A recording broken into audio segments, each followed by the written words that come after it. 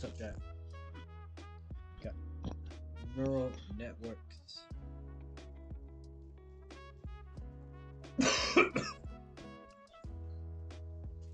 Neural Networks, A Visual Introduction for Beginners. It's a book by Michael Taylor. And the reason why I want to read this book is it's a really good introduction to the world of neural networks. Read my iPad.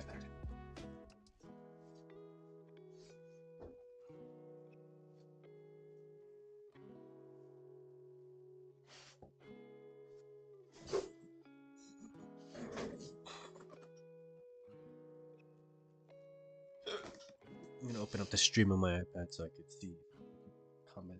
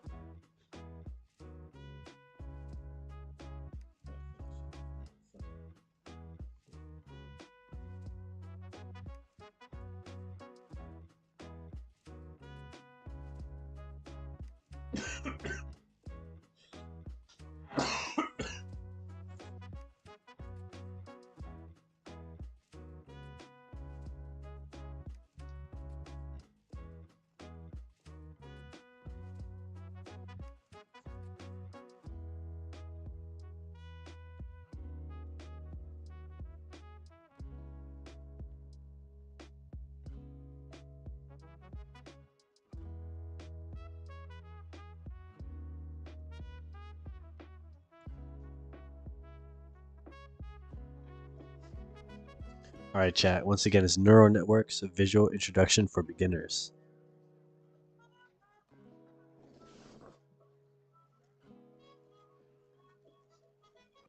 Alright, chat. Once again, it's Neural Networks, A Visual Introduction for Beginners.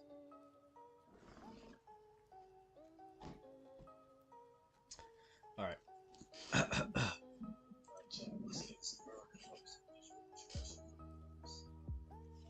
Table of contents, what you'll find inside, a beginner-friendly approach. Turn this shit down. This book is designed for beginners, which is why we explain every detail line by line. This means that we do not gloss over lines of code or assume you understand all the elements in a formula. Okay. 200 plus easy to read images. This book is a visual introduction with over 200 images that are formatted specifically for Kindle.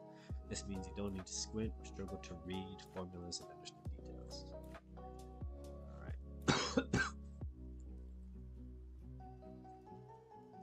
I don't know, that's about it. Alright, cool. Chapter 1. What is a neural network? A brief overview. Neural networks have made a gigantic comeback in the last few decades, and you likely make use of them every day without realizing it. But what exactly is a neural network? What is it used for, and how does it fit within the broader area of machine learning? In this chapter, we're going to gently explore these topics so that we can be prepared to dive further on. To start, we'll begin with a high-level overview of machine learning and then drill down into the specifics of a neural network. So that's a basic neural network, that picture right there. You see, you got the hidden layers, get your nodes, that shit. Machine learning. Machine learning is the science of getting computers to act without being explicitly programmed, and it is our biggest step towards making artificial intelligence a reality. If you like movies, think Ex Machina or Transcendence or iRobot, but just the good parts. Machine learning is a field within computer science that has gained incredible traction within the last few decades, and it is likely to touch your life every day. From Google search to Uber rides and YouTube ads, machine learning is not only a buzzword, but also increasingly being tested and used in countless industries to improve speed, reduce errors, and boost efficiency. Machine learning is all about algorithms or rules that are used to work with data and make predictions. For example, email providers such as Yahoo, Gmail use algorithms to filter your email and keep spam out of your inbox. I mean, it's pretty self-explanatory. Everybody knows you use AI to make sure what's, categorization of items. On a high level, spam filtering algorithms achieve this by being trained on what is spam and is not spam. For this to happen, the algorithm has fed thousands of emails labeled as spam and not spam. And after analyzing each email, the algorithm eventually learns how to spot spam by identifying common characteristics that separate it from legitimate, real email. These characteristics could be certain phrases or words, such as earn per week, no strings attached, or even vacation. There are many types of machine learning algorithms that are currently used, and there are a variety of ways that they can be categorized. One of the easiest to understand is grouping by similarity and learning style. Okay.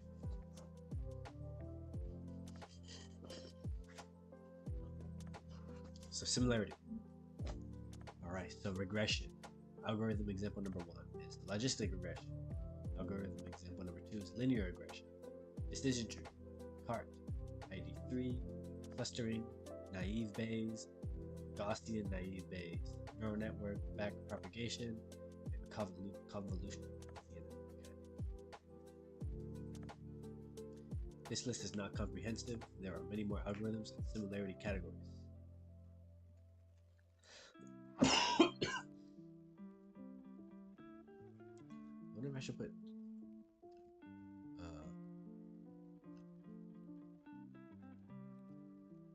some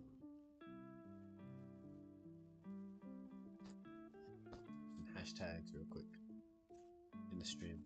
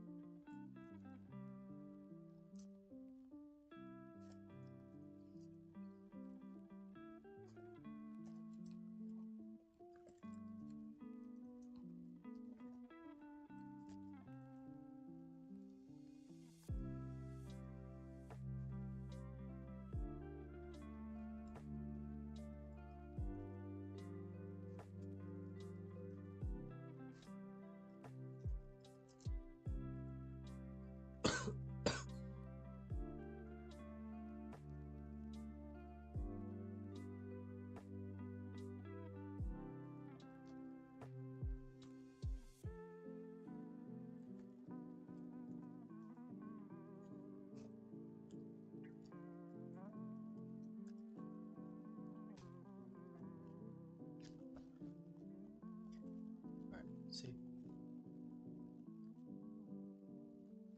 Actually, we had in FIFA.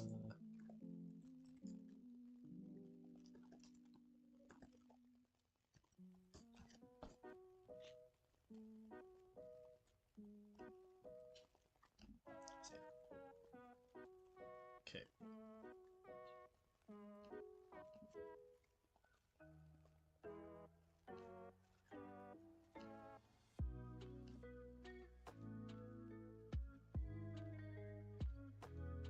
All right. Let me look the reading. All right. Learning style. On a high level, there are 3 popular ways the machine learning can be approached. Supervised learning. With supervised learning, the learning algorithm is presented with a set of inputs along with their desired outputs, also called labels. The goal is to discover a rule that establishes the computer to recreate the outputs, or in other words, map the input to output. For example, think of categorizing images of cats and dogs. To teach an algorithm what a dog and a cat is, an algorithm would be presented with thousands of images, and each image would be labeled as dog or cat. This label is desired output for each image, and by analyzing each image example, the algorithm would eventually be able to classify new images of cats and dogs with very minimal error. In reality, this label is not a written word such as dog or cat, but a numerical representation of each label, 1 like 1 or 0, I suppose. We'll dive more into this further. Unsupervised learning. With unsupervised learning, an algorithm is presented with a set of inputs but no desired outputs, which means that the algorithm must find structure and pattern on its own. To link this to the supervised learning example above, if images of dogs and cats were fed into an unsupervised algorithm, each image would not have a label that identifies it as cat or dog. Instead, the algorithm would have to find patterns on its own to assess the thousands of dog and cat images. Patterns can be length of animal, height, etc. Semi-supervised learning. Semi-supervised learning is a mixture of the previous two learning styles, which means it is fed a combination of labeled and unlabeled inputs. Practically speaking, this means that SSL algorithms must find structure and patterns on their own, but do have some help from labeled inputs. A great example is web page classification into categories such as shopping or news. It would be extremely expensive and time-consuming to hire a team to manually label thousands of websites, but an alternative does exist, labeling a small subset of websites. With SSL, this small subset would feed into an algorithm as a labeled set alongside thousands of other websites that are not labeled. The algorithm could be trained on unlabeled set first before being fine-tuned with the label set. Okay, makes sense. I wonder which way is the best.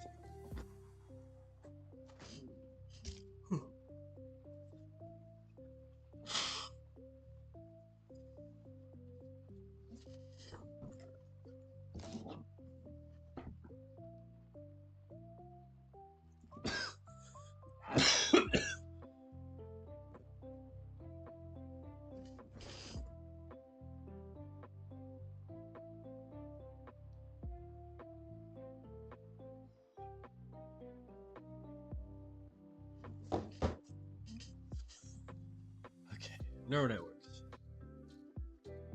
Neural network, also known as an artificial neural network, is a type of machine learning algorithm that is inspired by the biological brain. It is one of the many popular algorithms that is used within the world of machine learning, and its goal is to solve problems in a very similar way to the human brain. The neural network works just like the brain. Interesting. We got an artificial brain, everybody. Artificial brain.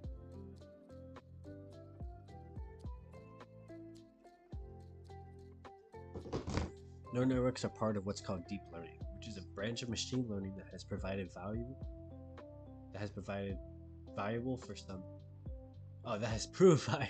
for solving some difficult problems, such as recognizing things in images and language processing. Neural networks take a different approach to problem solving than that of conventional computer programs. To solve a problem, conventional software uses an algorithmic approach, i.e., the computer follows a set of instructions in order to solve a problem.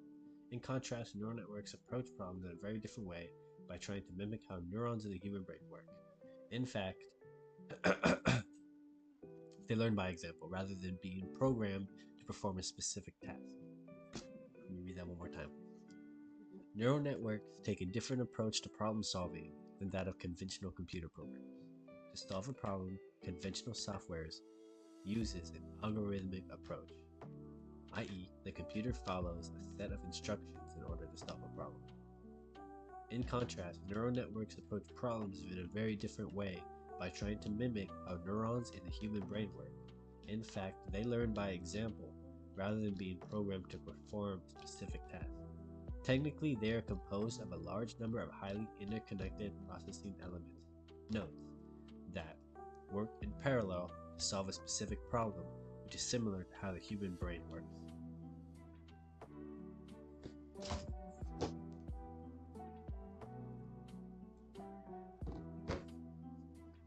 Now, there is a lot that can be said about neural networks, but since this is an overview, here are the top 5 things you should know. Neural networks are specific. Neural networks are always built to solve a specific type of problem, although this doesn't mean that they can be used as a general purpose tool. For example, you will not find a general purpose algorithm that you can sync data into for prediction or estimation. At least not yet. That's AGI. Examples of specific uses include prediction, forecasting, estimation, classification, and pattern recognition. Real-world examples include stock market prediction, real estate appraisal, medical diagnosis, handwriting recognition, and recognizing images. Neural networks have three basic parts. A neural network has three basic sections or parts, and each part is composed of nodes: input layer, hidden layers, and output layer. Interesting. Very interesting, guys.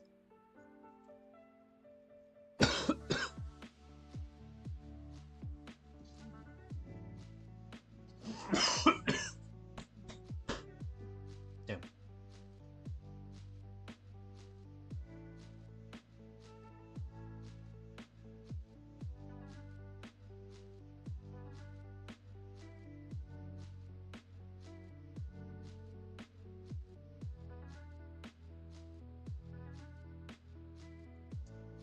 Alright, neural networks are built in two ways. On a high level, the neural networks can be built in two ways. I see, so we got the bias nodes, input layer right there, the picture that is, the weights, the hidden layer, the output layer, and the node. Okay, makes sense, Feed forward. With a feed forward neural network, signals travel only one way, from input to output. These types of networks are more straightforward and used extensively in pattern recognition. A convolutional neural network, CNN or ConvNet, is a specific type of feed-forward network that is often used in image recognition. Feedback or recurrent neural networks, RNNs. With an RNN, signals can travel in both directions and there can be loops. Feedback networks are more powerful and complex than CNNs, and they are always changing. Despite this, RNNs have been less influential than feed-forward networks, and because the learning algorithms for recurrent nets are less powerful.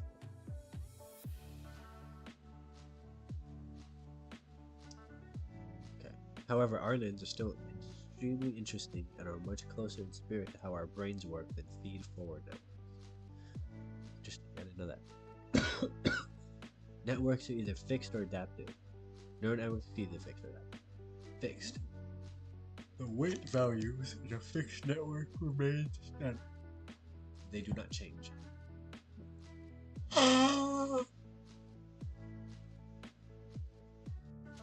Adaptive.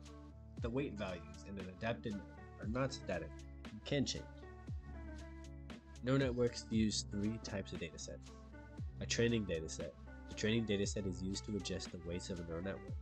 Validation dataset. The validation dataset is used to minimize a problem known as overfitting, which we will cover in more detail. Testing dataset. The testing dataset is used as a final test to gauge how accurately the network can be trained. These three sets are usually taken from one very large dataset that represents the gold standard of data for a project that are often split 60-20-20. Training data, validation data, testing. Interesting. Bro, get your ass on 2K. No. Alright. The math of neural networks overview. Alright. So we're going to go over the terminology and notation, the pre-stage, creating the network. Chapter 2. The math. Alright, introduction. There are many reasons why neural networks fascinate us and have captivated headlines for years. They make web searches better, organize photos that are even used in speech translation. Heck, they can even generate encryption. At the same time, they are also mysterious and mind-bending. How exactly do they accomplish these things? What goes on inside a neural network? On a high level, a network learns just like we do, through trial and error. This is true regardless if the network is supervised, unsupervised, or semi-supervised. Once we dig a bit deeper though, we discover that a handful of mathematical functions play a major role in the trial and error process. It also becomes clear that a grasp of the underlying mathematics helps clarify how a network learns.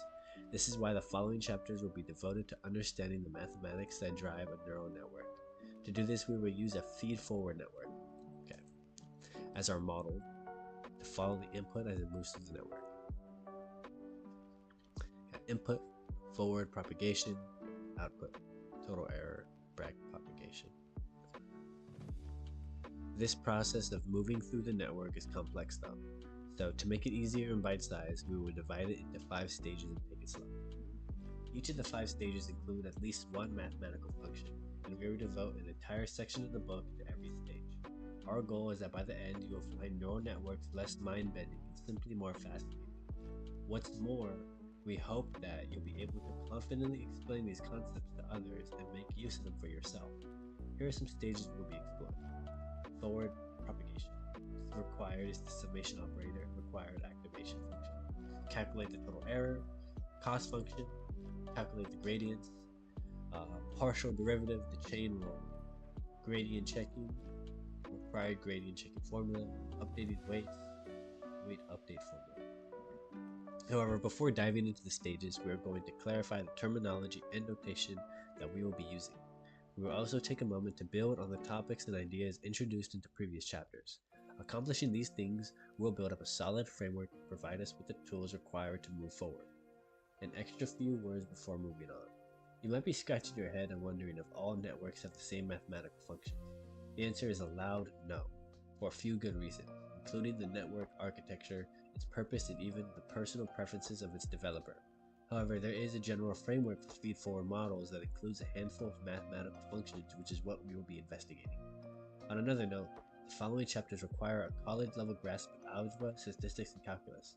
A major concept you'll come across is calculated partial derivatives, which itself makes use of the chain rule. Please be aware of this.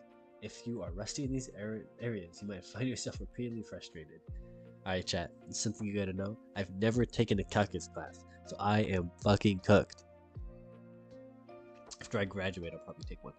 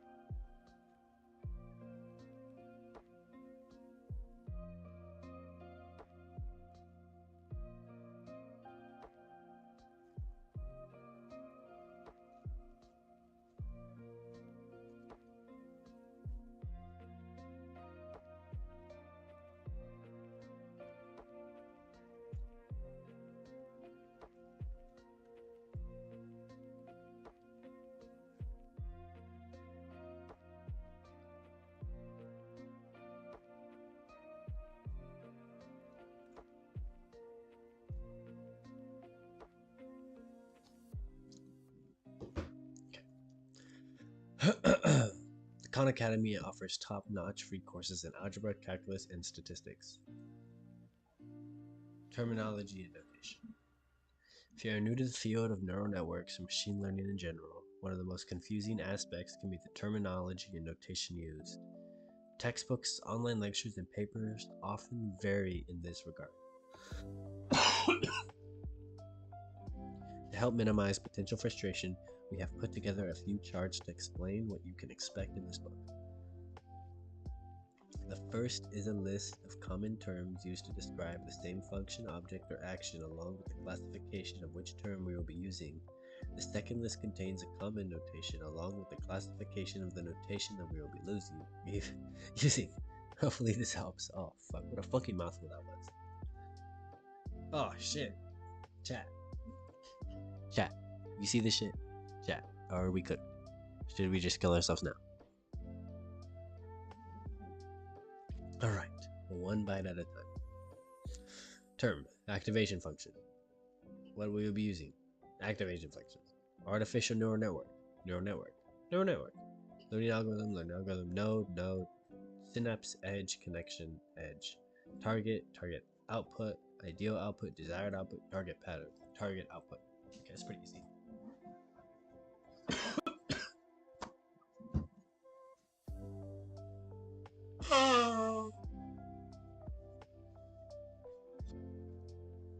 Alright, so now we have X denotes network input.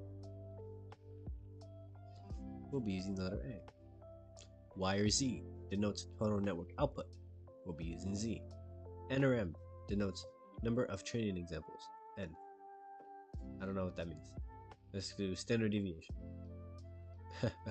Or O with the line through it. Denotes the logistic activation function which computes the output of a node. On a higher level, we'll be using stimulation X. When computing partial derivatives, we will use the syntax output B, where B1 is a node we are calculating the output for. JWJO denotes the cost function, which is the total error of the network. This is total error.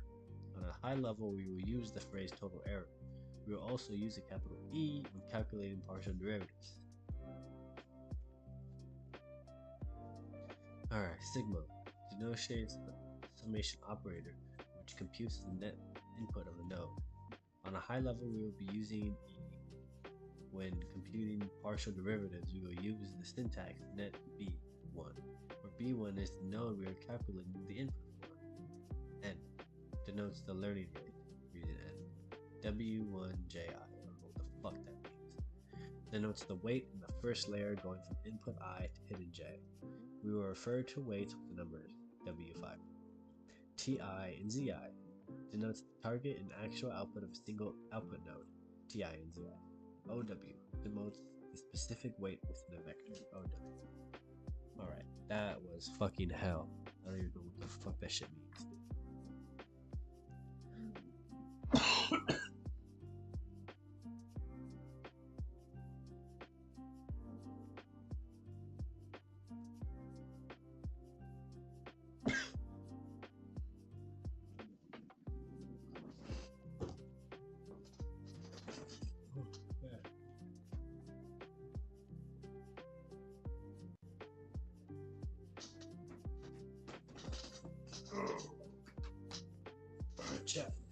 Let's get it. Okay. Pre-stage, creating the network structure. In the previous chapters, we touched on a variety of neural network architectures such as CNNs and RNNs. Although each is slightly different, all have a structure or shell that is made up of similar parts. These parts are called hyperparameters and include elements such as the number of layers, nodes, and the learning rate. Hyperparameters are essentially fine-tuning knobs that can be tweaked to help a network successfully train. In fact, they are determined before a network trains and can only be adjusted manually by the individual or team who created the network. The network itself does not adjust them. Let's read that again. So this is the pre-stage of creating the network structure. I gotta get in the mindset is what I have to do. I literally have to put myself in the mindset to understand this shit. In the previous chapters, we touched on a variety of neural network architectures such as CNNs and RNNs. Although each is slightly different, all have a structure or shell that is made up of similar parts. These parts are called hyperparameters and includes elements such as layers, nodes, and the learning rate. Hyperparameters are essentially fine-tuning knobs that can be tweaked to help a network successfully train. In fact, they are determined before a network trains and can only be adjusted manually by the individual or team who created the network. The network itself does not adjust. Okay, I do remember this from when I had to do it by hand. Yes, so the bias node, the weights, the input layer, the hidden layer, and the output layer. I remember all of this stuff. In this chapter, we are going to take a brief pause to explore these hyperparameters because they are extremely important. Not only are they tuning knobs to help a trained network, but all of the network's mathematical calculations depend on them being in place. We will begin by defining the two categories of hyperparameters and then briefly explore each. The types of hyperparameters. Broadly speaking, there are two categories of hyperparameters, required and optional. Total required hyperparameters include total number of input nodes, total number of hidden layers, total number of hidden nodes in each layer, total number of output nodes, weight values, bias values, learning rate. Optional hyperparameters. So this list is not an exhaustive list, it's just some of them. Learning rate schedule, momentum, mini batch size, weight decay, and dropout. So now let's take a look at each of the required hyperparameters. Please note that many new terms will be introduced below, and we will explain each as we move through the stages. Input node. An input node contains the input of the network, and this input is always numerical. If the input is not numerical by default, it is always converted. For example, images are often converted to a grayscale, and each pixel is measured on a scale of 0 to 1 for intensity, where 0 is black and 1 is white.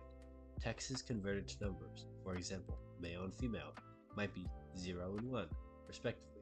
Sound is converted to numbers that represent an altitude across time, which 0 is silent and 1 is loud. Input node is located within the input layer, which is the first layer of a neural network. Each input node represents a single dimension and is often called a feature. And all features are stored within the vector. For example, if you have an image 16 by 16 as input, you have a total of 256 input nodes. This is because each input node represents a single image pixel, and there are 250 pixels in total.